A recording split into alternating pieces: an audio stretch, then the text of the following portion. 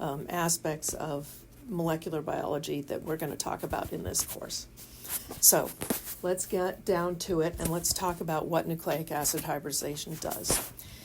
DNA, as you know, is a double-stranded molecule, and we can draw it in a variety of different ways. We can make it look like a double helix, which I'm really unable to draw.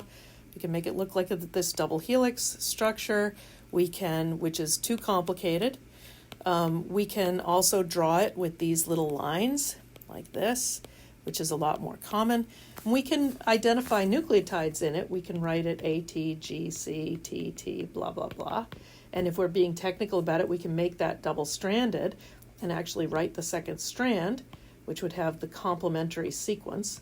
This is going to be very important, this idea of the complementary sequence. Okay. And these complementary sequences, so this is double-stranded DNA. Oops.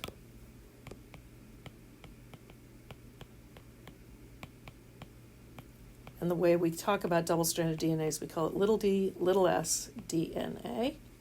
And this is how DNA is in a cell or in the nucleus, mostly. Because every time we need to do transcription or translation, that DNA has to denature a little bit, which means that the strands are going to come apart and there actually will be some single-stranded DNA. But normally we think of DNA as being double-stranded in its kind of natural state. And in drawings like this one and drawings like this one, the DNA is definitely being represented as double-stranded.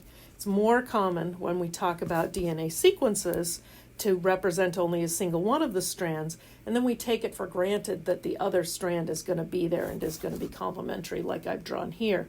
And usually the strand that we write is what we refer to as the top strand, and the top strand always has the 5' end at the left and the 3' end at the right, and that's such a convention in molecular biology and molecular genetics that we don't even bother to write the 5' and 3' most of the time.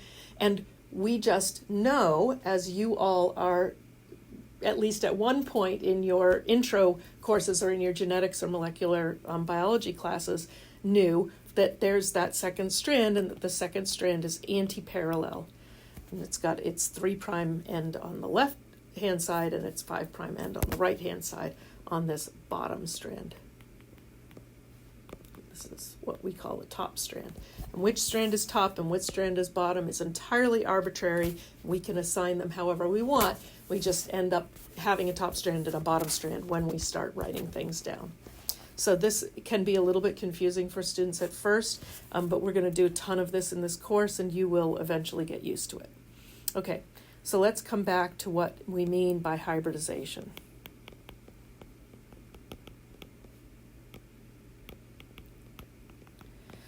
So hybridization is a process where we take a double-stranded DNA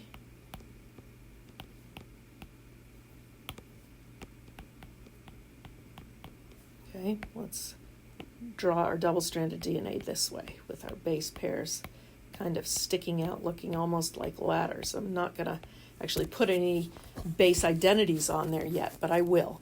So we take this double-stranded molecule and we denature it. There are a lot of different ways to denature. One of the most commonly used ways, and the way that you'll probably hear about almost all the time, is to add heat. So if you heat up DNA, the two strands will come apart and it will become single-stranded DNA. We can illustrate that single-stranded DNA this way. So the two strands have moved apart. They're not base paired anymore. And you all, I'm sure, remember that the way that the base pairing arrangement goes is that A's pairs with T's and G's pair with C's. Like this. And that if we were to give strandedness, if we were to give orientation to our two strands, we could put the 5' end here, 3' end of that strand down here, but that means that the complementary strand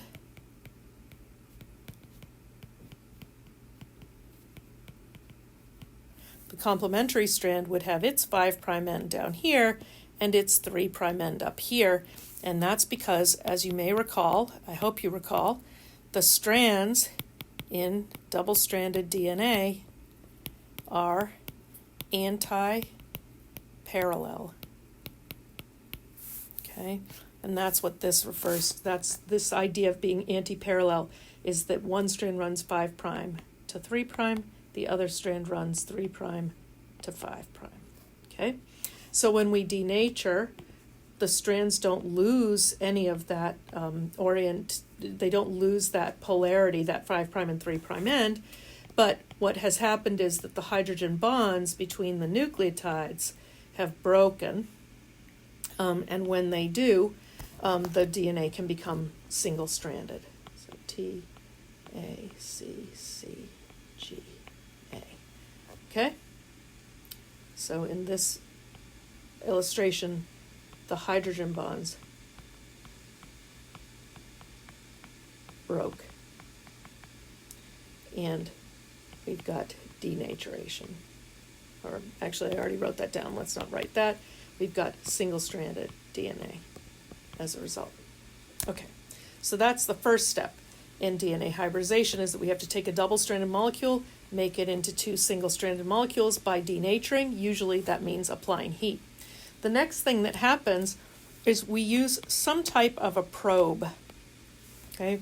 And exactly what that probe is going to be is going to vary a little bit depending on the exact application, but essentially what a probe boils down to is that it is a known piece of DNA. I can't spell today.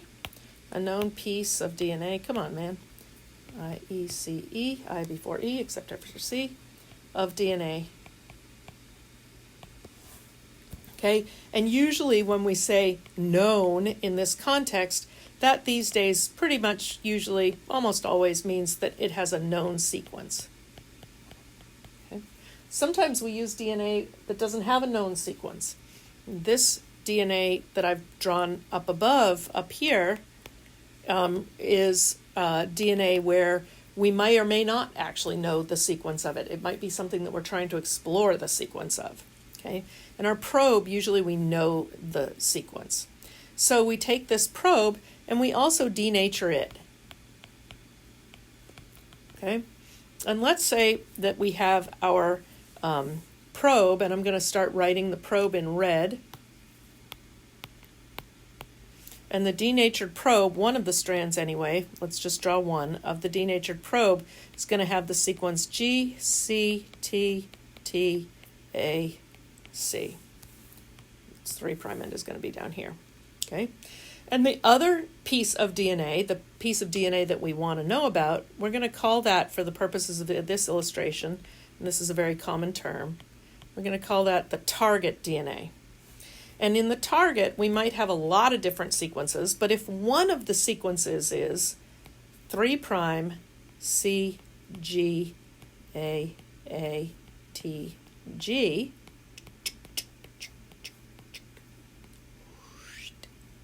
5', then this target is a perfect sequence complementary match to this probe. Come on now, to this probe. Okay, and those two are going to be able to come together so that this target is going to base pair, and when it base pairs, that that C, G, A, T, G sequence, anti-parallel, so 3' here, 5' here, which is how I wrote it down here, notice, okay, is going to be able to form base pairs because the sequences are perfectly complementary to one another. And when that has happened, that is called hybridization.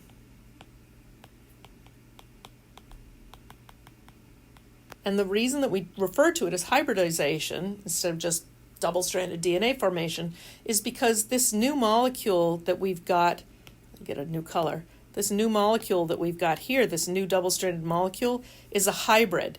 It's a hybrid of the probe plus the target, one strand from each.